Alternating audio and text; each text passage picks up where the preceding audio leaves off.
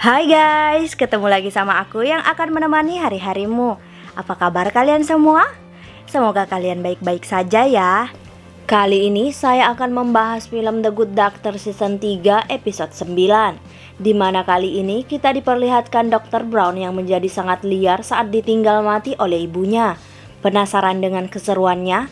Oke, tanpa basa-basi, kita langsung bahas filmnya. Tapi video ini mengandung spoiler ya. Jika tidak keberatan dengan spoiler, tonton videonya sampai habis.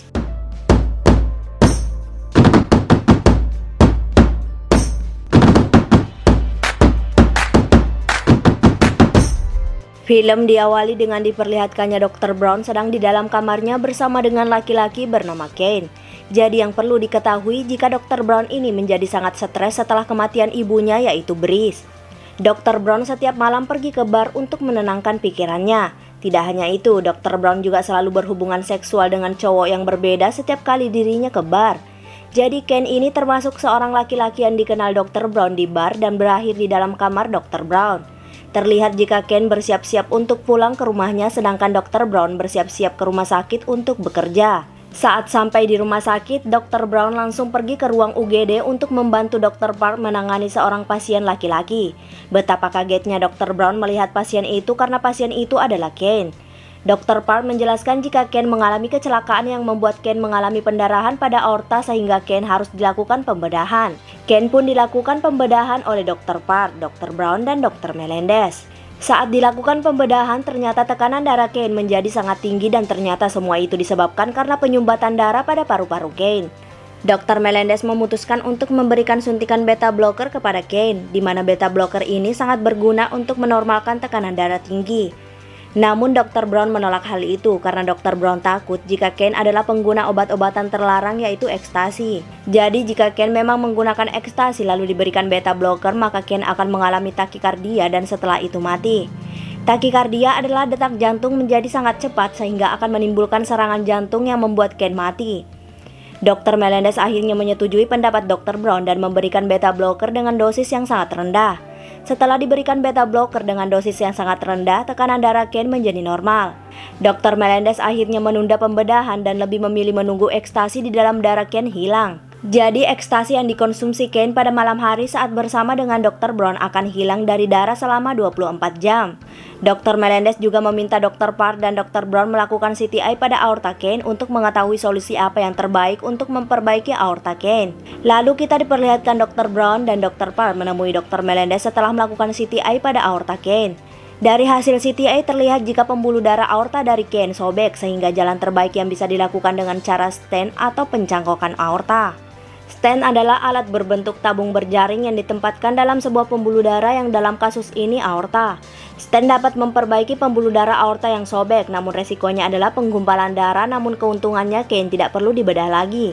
Sedangkan pencangkokan aorta juga bisa memperbaiki pembuluh darah aorta yang sobek, namun kesembuhannya lebih baik akan tetapi memiliki resiko komplikasi pembedahan yang sangat berbahaya seperti pembedahan sebelumnya.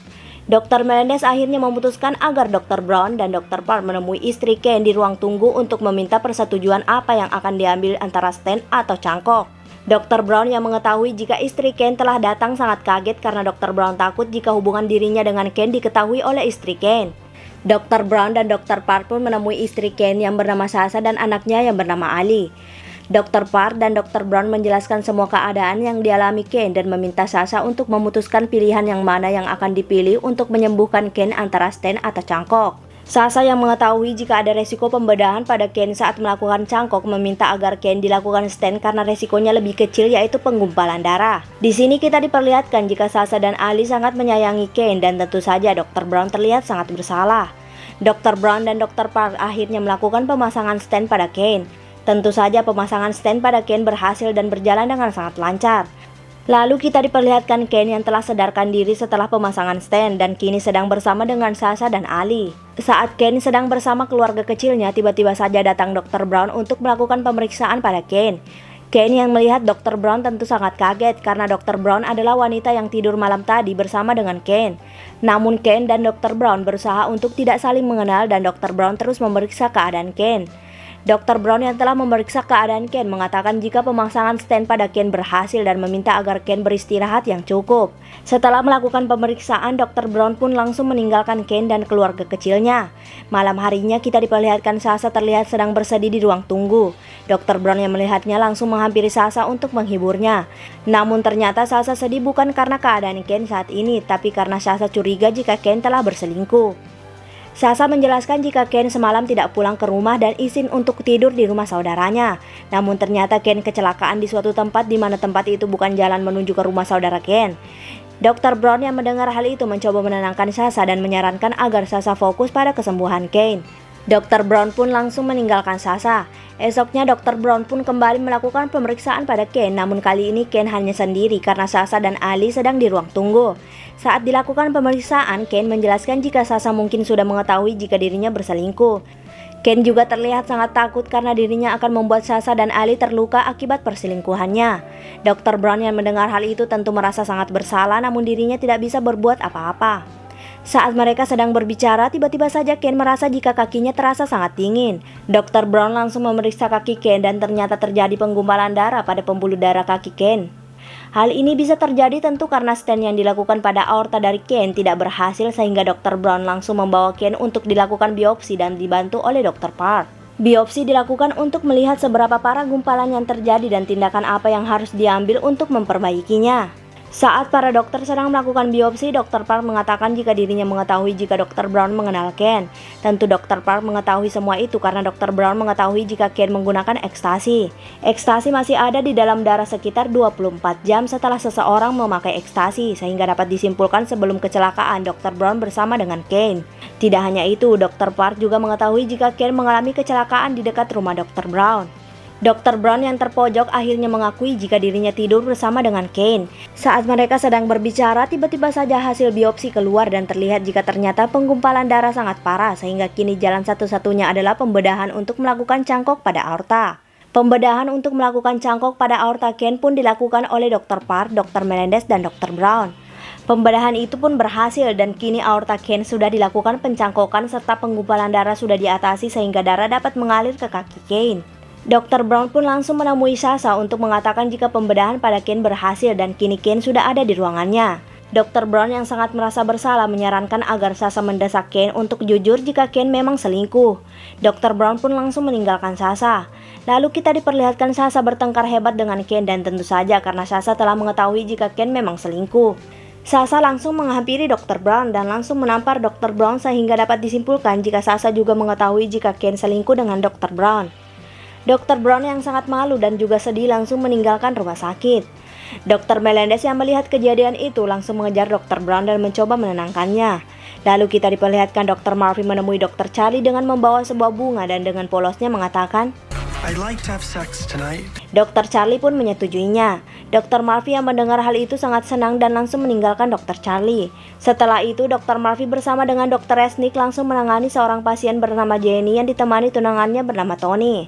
Di sini dapat terlihat jika Jenny dan Tony sangat saling mencintai satu sama lain. Jenny menjelaskan jika dirinya kadang-kadang tidak bisa merasakan atau menggerakkan tubuh sebelah kiri.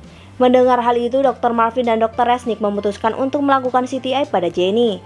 Saat Jenny sedang melakukan CTI, Dr. Murphy yang sangat senang karena dirinya akan melakukan seks untuk pertama kalinya tiba-tiba mengatakan, I'm having sex with Carly.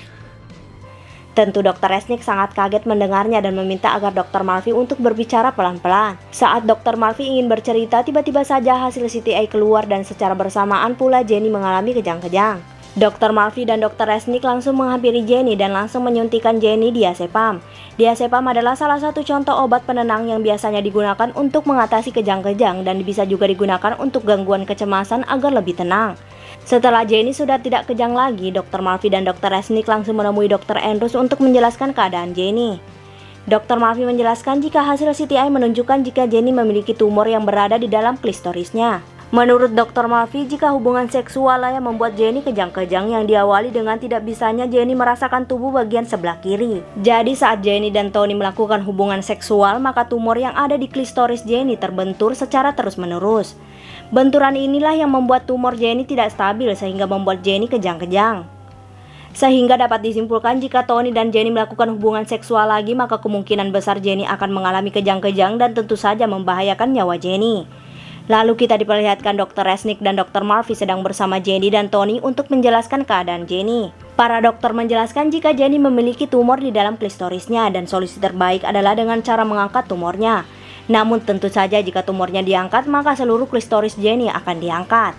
Tidak hanya itu, alat kelamin Jenny juga sebagian besar akan rusak sehingga Jenny tidak akan bisa lagi berhubungan seksual dan juga tidak bisa orgasme.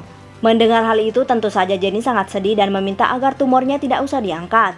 Dr. Murphy dan Dr. Resnick tentu tidak setuju dengan permintaan Jenny karena hal itu akan membahayakan nyawa Jenny saat Jenny melakukan hubungan seksual dengan Tony. Namun Jenny terlihat yakin dengan keputusannya karena menurutnya hubungan seksual adalah kunci utama dalam sebuah hubungan yang membuat pasangan menjadi saling terbuka. Terlihat di sini Tony hanya diam saja dengan keputusan Jenny sehingga dapat disimpulkan jika Tony juga menyetujuinya. Dr. Murphy dan Dr. Resnick akhirnya memutuskan untuk menemui Dr. Andrews untuk berdiskusi kembali.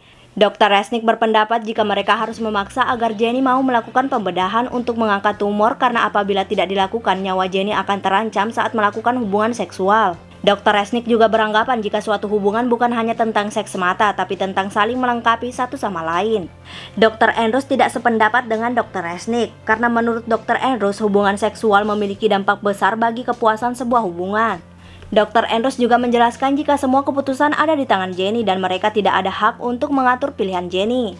Dr. Andrews pun meminta agar Dr. Resnick dan Dr. Murphy untuk keluar dari ruangannya dan membiarkan Jenny pulang esok hari. Dr. Resnick yang masih tidak terima memutuskan untuk menemui Jenny dan Tony.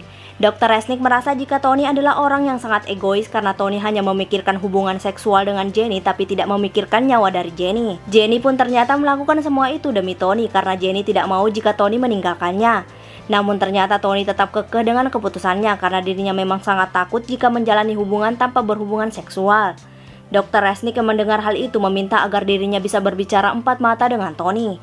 Dr. Resnick pun meminta agar Tony memberitahu kenangan terindah apa yang paling diingat saat bersama dengan Jenny.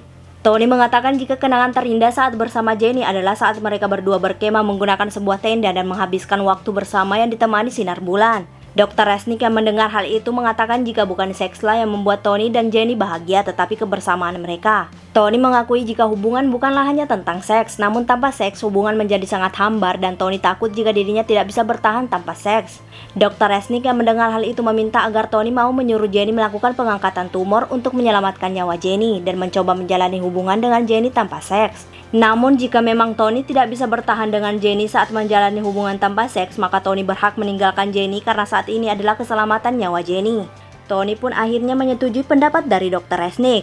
Lalu kita diperlihatkan Tony menemui Jenny dan tentu saja di sini Tony berusaha meyakinkan Jenny jika dirinya akan terus bersama dengan Jenny tanpa seks. Tidak hanya itu, Tony juga mengatakan jika seks bukanlah segalanya karena yang terpenting bagi Tony adalah kebersamaan dan rasa cinta mereka berdua. Tentu di sini Tony berbohong karena saat ini tujuan Tony adalah menyelamatkan nyawa Jenny. Jenny yang mendengar hal itu tentu sangat senang dan langsung menyetujui jika dirinya dilakukan pengangkatan tumor pada klistorisnya. Akhirnya Jenny dilakukan pembedahan oleh Dr. Resnick, Dr. Murphy, dan Dr. Andrews.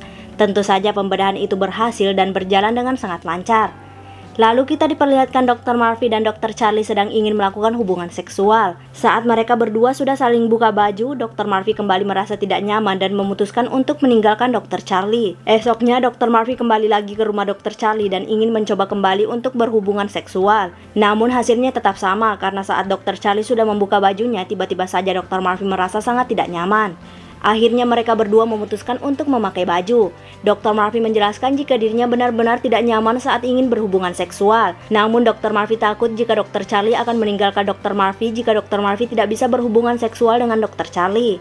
Dr. Charlie yang mendengar hal itu dan terlihat sangat sedih mengatakan jika mereka berdua tidak perlu melakukan hubungan seksual karena yang terpenting mereka berdua saling mencintai. Lalu Dr. Murphy dan Dr. Charlie mencoba menghabiskan waktu bersama dengan posisi Dr. Charlie tidur memeluk Dr. Murphy. Namun belum sampai beberapa menit, Dr. Murphy kembali merasa tidak nyaman dan langsung meninggalkan Dr. Charlie. Di akhir film kita diperlihatkan Dr. Glassman yang telah menunggu kedatangan Dr. Murphy di apartemen Dr. Murphy. Dr. Glassman mengatakan jika dirinya mendapat kabar dari ibu Dr. Murphy bahwa ayah Dr. Murphy mengidap kanker pankreas dan sisa umurnya tinggal beberapa hari lagi. Dan film pun berakhir. Jika suka dengan channel ini, mohon di subscribe, like, comment, dan share. Jika ada film yang ingin dibuatkan alurnya, komen aja. See you!